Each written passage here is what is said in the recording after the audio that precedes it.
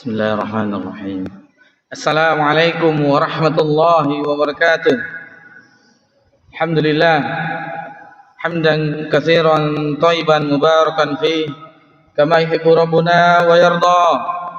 Asyhadu an la ilaha illallah wahdahu la syarika lah wa asyhadu anna Muhammadan abduhu wa rasuluh sallallahu alaihi wa ala alihi wa man sara ala nahjihi وتمسك بسنته إلى يوم الدين وسلم تسليما كثيرا يا أيها الذين آمنوا اتقوا الله حق تقاته ولا تموتن إلا وأنتم مسلمون. أما بعد, alhamdulillah, puji syukur hanya milik Allah Subhanahu wa taala semata.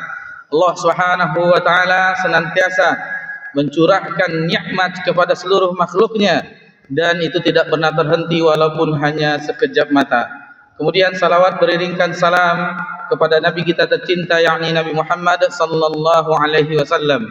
Bapak-bapak, ibu-ibu, jamaah Masjid At-Taqwa, jamaah salat zuhur yang semoga diberkahi dan dirahmati oleh Allah Subhanahu wa taala. Alhamdulillah, di siang yang berbahagia ini insyaallah kita akan melanjutkan pelajaran kita dan ini alhamdulillah sudah dimulai di hari Senin yang lalu. Alhamdulillah.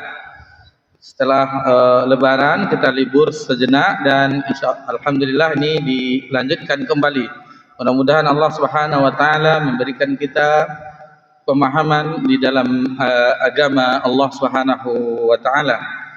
Bapak-bapak, ibu-ibu yang semoga diberkahi dan dirahmati oleh Allah Subhanahu wa taala, kita melanjutkan pelajaran kita dan insyaallah ini adalah pertemuan yang ke-60 dalam pembahasan ini. Jadi sudah lama, sudah lebih kurang 2 Ramadan kita mempelajarinya. Kitabul Jami', bagian dari Bulughul Maram yang disusun oleh Al-Hafiz Ibnu Hajar Al-Asqalani yang di bagian akhirnya.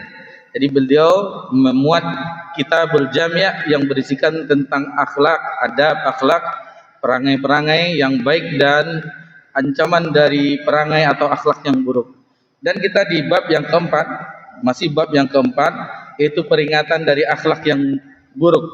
Dan di kesempatan yang berbahagia ini kita memasuki hadis yang ke-19. Hadis yang ke-19 dan ini adalah pertemuan yang ke-60. Hadis tersebut berbunyi, An Abi Sa'id Al-Khudri radhiyallahu anhu, dari sahabat Abu Sa'id Al-Khudri semoga Allah meridhoinya, ia berkata, qala Rasulullah sallallahu alaihi wasallam, telah bersabda Rasulullah sallallahu alaihi wasallam, apa kata Nabi? Khoslatani la tajtami'ani fi mu'min, al-bukhlu wa su'ul khuluq. Nabi sallallahu alaihi wasallam menyebutkan ada dua perangai yang tidak akan terkumpul pada seorang mukmin. Jadi dalam diri seorang mukmin, dalam jiwa seorang mukmin, dua perangai ini tidak akan berkumpul. Apa itu? Yang pertama al-bukhlu, yaitu pelit. Yang kedua yaitu wasu'ul khuluq, dan buruknya akhlak. Itu tidak ada dalam diri seorang mukmin. Orang yang pelit dan orang yang buruk akhlaknya. Berarti kebalikannya, orang yang beriman itu orang yang baik perangainya dan dia tidak pelit atau dermawan. Bapak-bapak, ibu-ibu yang semoga diberkahi dan dirahmati oleh Allah Subhanahu wa taala, dijelaskan di dalam penjelasan hadis ini bahwa hadis ini sanadnya lemah. Sanadnya lemah karena ada salah seorang yang dinilai perawinya itu seorang perawi yang dhaif yang bernama Shadaqah bin Musa. Akan tetapi hadis ini juga diriwayatkan oleh Imam Bukhari dalam kitabnya Adabul Mufrad.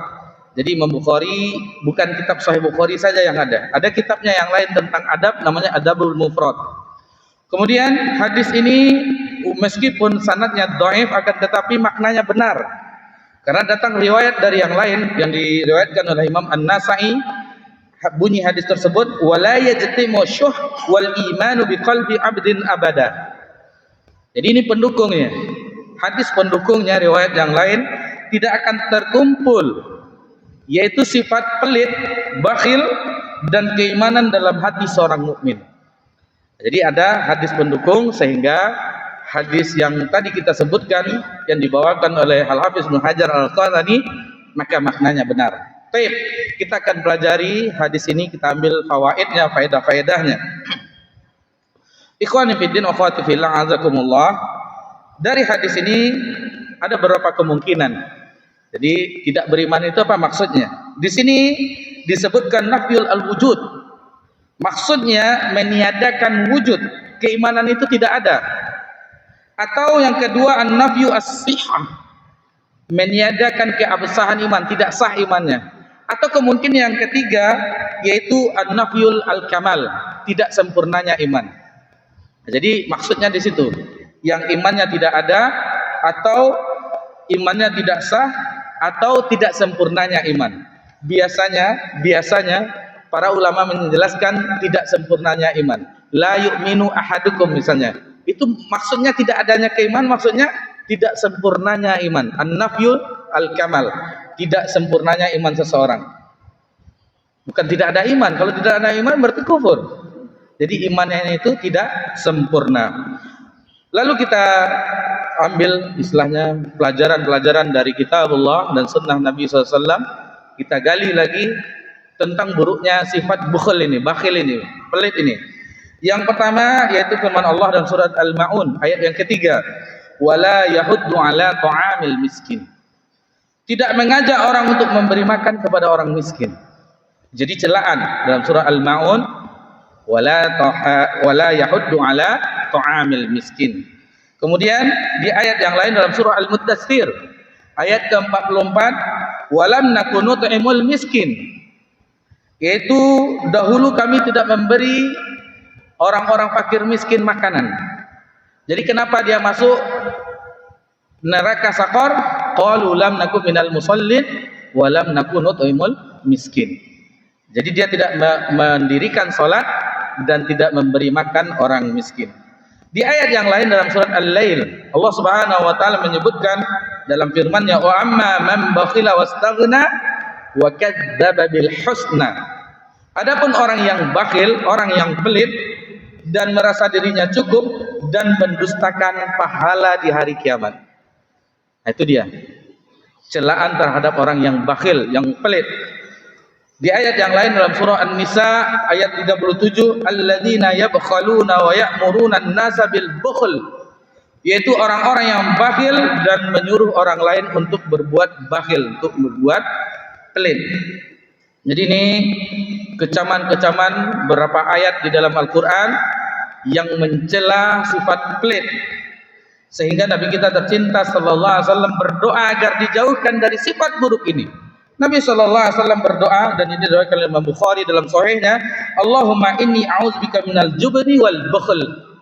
Ya Allah, sesungguhnya aku berlindung daripada Engkau dari sifat yang penakut dan sifat yang pelit. Jadi Nabi sallallahu alaihi wasallam berdoa kepada Allah agar dijauhkan dari sifat ini.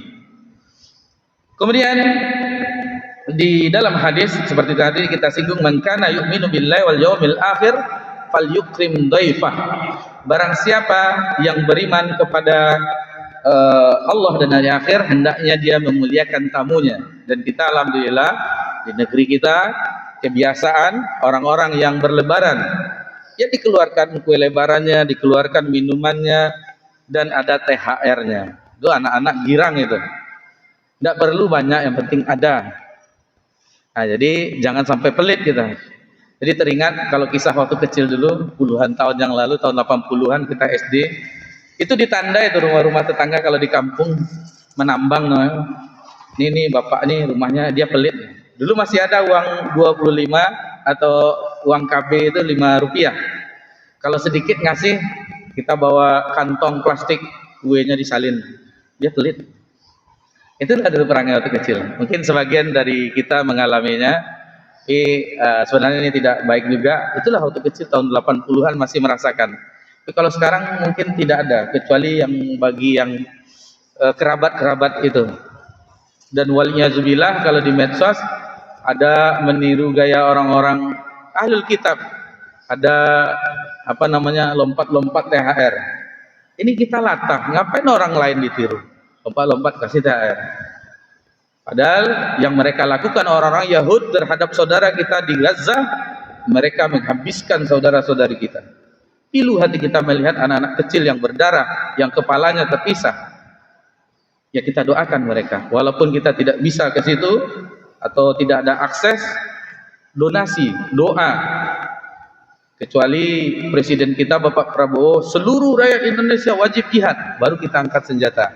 Ada pengumumannya.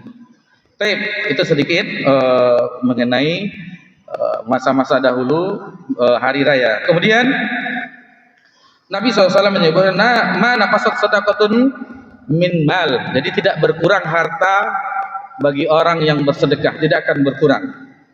Adapun bentuk-bentuk pelit ini banyak sekali. Suami istri misalnya tidak memberi nafkah atau nafkahnya dikecilkan, seharusnya sehari uang belanja dapur 100.000 dibuatnya 50 atau 30.000. Ada seorang sahabi yang bertanya kepada Nabi SAW tentang suaminya pelit. Kata Nabi SAW, boleh diambil dari kantongnya sesuai dengan kebutuhan. Jadi ibu-ibu yang di belakang, kalau ada suaminya yang pelit, boleh diambil dari kantong dompetnya, tetapi jangan berlebihan. Nanti ibu-ibu di belakang, boleh kata Ustaz, diambilnya sekian juta, belikannya ke emas. Tidak, sesuai dengan kebutuhan, uang dapur. Kemudian ada pelit itu dalam bentuk pikiran, ide-ide. Kita nggak boleh pelit. Misalnya kita menemukan metode perdagangan sekarang online misalnya. Jadi kita mengetahui bagaimana keadaan pasar sekarang ini. Hanya beberapa momen tertentu orang belanja. Lalu kita ada ide. Oh, online ini seperti ini, marketplace ini. Jangan pelit kita dengan ide-ide. Kita berikan kepada orang-orang yang keadaan ekonomi yang sekarang ini. Kemudian jangan pelit juga dengan waktu. Misalnya kita seharusnya ada waktu, lalu kita tidak bisa untuk meluangkan waktu kita. Atau juga dengan tenaga, seharusnya kita bisa bantu dengan tenaga, kita tidak bantu. Atau yang lainnya, kita bagi orang yang diberikan amanah ilmu, jangan pelit dengan ilmu. Seandainya ada orang yang bertanya tentang ilmu agama, maka hendaklah dia memberitahunya. Kasus sekarang yang yang banyak pertanyaan, yang ada beberapa pertanyaan, terutama muslimah. Misalnya dia haid sekarang, baru dapat haid. Lalu bulan Ramadan kemarin ada batal puasanya beberapa hari atau sepekan. Dan belum puasa 6 hari bulan Syawal. Seandainya saya suci nih Ustaz, ini sudah tanggal 20. Diqadha tentu tidak dapat puasa, keutamaan puasa 6 hari bulan Syawal. Memang ada hadis man shoma Ramadan tsumma atba'u sittan min Syawal kana kasyamud dahar. Barang siapa yang berpuasa di bulan Ramadan kemudian diikuti 6 hari bulan Syawal, maka dia berpuasa seolah 1 tahun. Akan tetapi ada riwayat yang lain. Ini memang betul hadis ini bisa dipakai, tetapi ada riwayat yang lain yang Ummul Mukminin Aisyah radhiyallahu anha mengqadha puasa Ramadannya di bulan Sya'ban. Seandainya kita tidak mempunyai kesempatan bagi wanita muslimah untuk mengqadha puasa Ramadannya, kejarkan puasa Syawal. Karena kita sekarang sudah berada lewat pertengahan Syawal, 16 Syawal. Dikhawatirkan tidak mendapatkan keutamaan tersebut. Adapun mengqadhanya bisa di bulan-bulan berikutnya. Jadi mengambil hukum jangan dipersempit, karena ad-dinu yusrun. Jadi inna dina yusrun, agama ini mudah, jangan dipersempit. Itu bentuk-bentuk pelit. Dan sebenarnya masih banyak pembahasan. Ada orang yang berperangai buruk tadi tercela juga. Nabi SAW itu Allah sebutkan, walaupun tafazzan walizal qalbi la nafaddu min haulik. Seandainya engkau Muhammad, engkau berperangai buruk, berhati kasar, tentu orang akan lari, orang-orang sekitarmu akan lari darimu. Jadi Nabi SAW tidak berakhlak buruk. Minta waktunya sedikit untuk pembahasan ini kita cukupkan. Cuman kita waktu sedikit tambahan untuk istiqomah setelah Ramadan. Ini penting. Karena Ramadan berlalu biasanya kita sudah mulai malas kembali. Malas lagi beribadah, malas lagi baca Quran, malas lagi berinfak, malas lagi sholat malam. Lalu bagaimana agar kita istiqomah? Istiqomah dijelaskan oleh Al-Imam Ibnu Rajab Hambali dalam kitabnya Jami'ul Ulum wal Hikam. Istiqomah adalah orang yang tetap di jalan yang lurus, tidak belok ke kanan dan tidak belok ke kiri.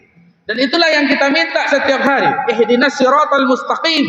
17 kali sehari semalam kita minimal memintanya. Ya Allah, berilah aku petunjuk ke jalan Shiratal Mustaqim. Kemudian salah satu ini adalah perintah Allah kepada Nabi. Fastaqim kama umirt. Dalam surah Hud ayat 112. Istiqomahlah sebagaimana diperintahkan kepadamu. Dijelaskan oleh ulama tafsir, ayat ini perintah untuk istiqomah membuat Nabi beruban, bertambah ubannya. Begitu juga dengan peristiwa-peristiwa hari kiamat. Iza sama'un fatarat, iza samsu kuwirat, membuat Nabi takut dan bertambah ubannya. Berarti istiqomah itu bukan hal yang mudah, tetapi sulit, tetap berada dalam ketaatan. Kemudian di antara keutamaan istiqomah, innal ladzina qalu rabbunallah tsumma istaqamu. Jadi orang-orang yang istiqomah senantiasa dalam keimanan ketaatan kepada Allah, maka datanglah malaikat, tanazzul malaikatu alla takhafu wa la tahzanu wa absiru billati bil jannati kuntum tu'adun. Maka akan diberi kabar dengan surga. Kemudian ada sahabat yang bertanya kepada Nabi, Nabi menjawab agar istiqomah. Kata Nabi, "Qul amantu billah fastaqim." Katakanlah, aku beriman kepada Allah dan istiqomahlah. Lalu bagaimana agar kita istiqomah? Yang pertama, berdoa kepada Allah. Ud'uni astajib lakum. Ad-du'a wal ibadah. Minta kepada Allah, kita istiqomah. Yang kedua, mentadabburi Al-Qur'an. Bukan hanya sekedar membaca, menghayati, lihat tafsirnya. Afala yatadabbaruna Al-Qur'an? Mengapa kamu tidak mentadabburi ayat Al-Qur'an, ayat Al-Qur'an? Kemudian mencintai apa yang Allah cintai, membenci dan Allah tidak benci. Mencintai Allah dan Rasulnya melebihi segalanya, dan seterusnya. Itu beberapa nasihat buat kami pribadi dan jamaah semuanya. Meskipun Ramadan telah berlalu, kita tetap berada dalam ketaatan kepada Allah. Karena Rabb yang kita sembah di bulan Ramadan sama dengan Rabb yang di bulan Syawal, bulan Zulqa'dah, bulan Zulhijjah, sepanjang masa. Dan kita harus beribadah kepada Allah. Wa'bud rabbaka hatta ya'tiyakal yaqin. Sembahlah Rabbmu, ibadahilah Rabbmu sampai datangnya al-yaqin, yaitu kematian. Demikian yang bisa kita sampaikan kepada jamaah seluruhnya. Mudah-mudahan ini bermanfaat. Setelah Ramadan kita bisa istiqomah. Subhanakallahumma wa bihamdika, asyhadu an la ilaha illa anta, astaghfiruka wa atubu ilaik. Wassalamu ala nabi Muhammad sallallahu alaihi wasallam wa ala alihi washabbihi ajmain. Walhamdulillahirabbil alamin. Wassalamualaikum warahmatullahi wabarakatuh.